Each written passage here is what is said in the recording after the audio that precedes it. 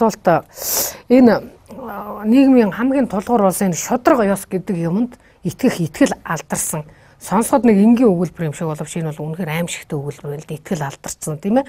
Итгэлийн гэвэл сүг, сэтгэлийн гэвэл сүнсгээ танаа нутгийн тэнгэрт явцыг том бичгийн хүн хэлж ийсэн. Гэтэл одоо энэ алдарсан гэж үзэж.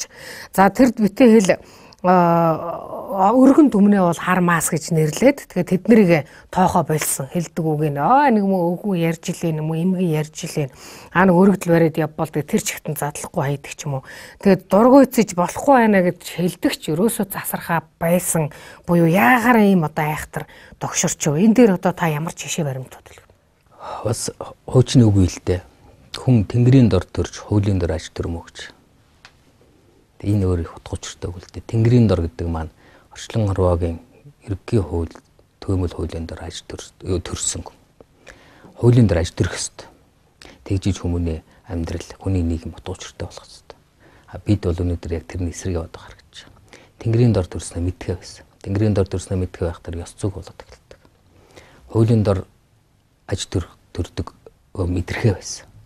Хуулийг одоо хин дуртай хин эрх мэдэлтэй нөлөмдөг болчихсон. Тэгээд энэ өөрөө эмгэн юм л да. Тэгээд альва над нэг тийм юм харагдаад байна. За сүүлийн үед манай эдийн засагчид улс төрчид маань улс орны хөгжил одоо ерөөсөө гол үндсэн эдийн засаг гэж ярьж байгаа. Би бол арай өөр хараад байгаа. Эдийн засаг бол байлгүй яах вэ? Гэхдээ тэр бүхний үндсэн хөгжлийн үндсэн шалгуур, үндсэн суурд шударгас байдаг. Ёс зүй байдаг. Тийм юм байхгүй бол мянган сайхан эдийн засаг байгаад одоо бид одоо мянган оюутлогоотой мянган тавталгоотой байгаад ч нэмэргүй. Нөгөө л хуйлддаг, хувааж авдаг, талцдаг гадагшин дотгошин зөөдөг байдал үргэлжлсээр байгаа л нөгөө баялаг хараал гэдэг юм руу ороод гулсаад дуусна.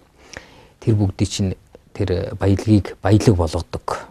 Үнцэнтэй юм жиггэн утгаар нь үнцэнтэй болгодог зүйл мөр хүний оюун санаанд байдаг. Тэр оюун санааны ёс хамгийн одоо эцсийн суур болох ёс зүй дээр суурилсан шударгас байх хэрэгтэй.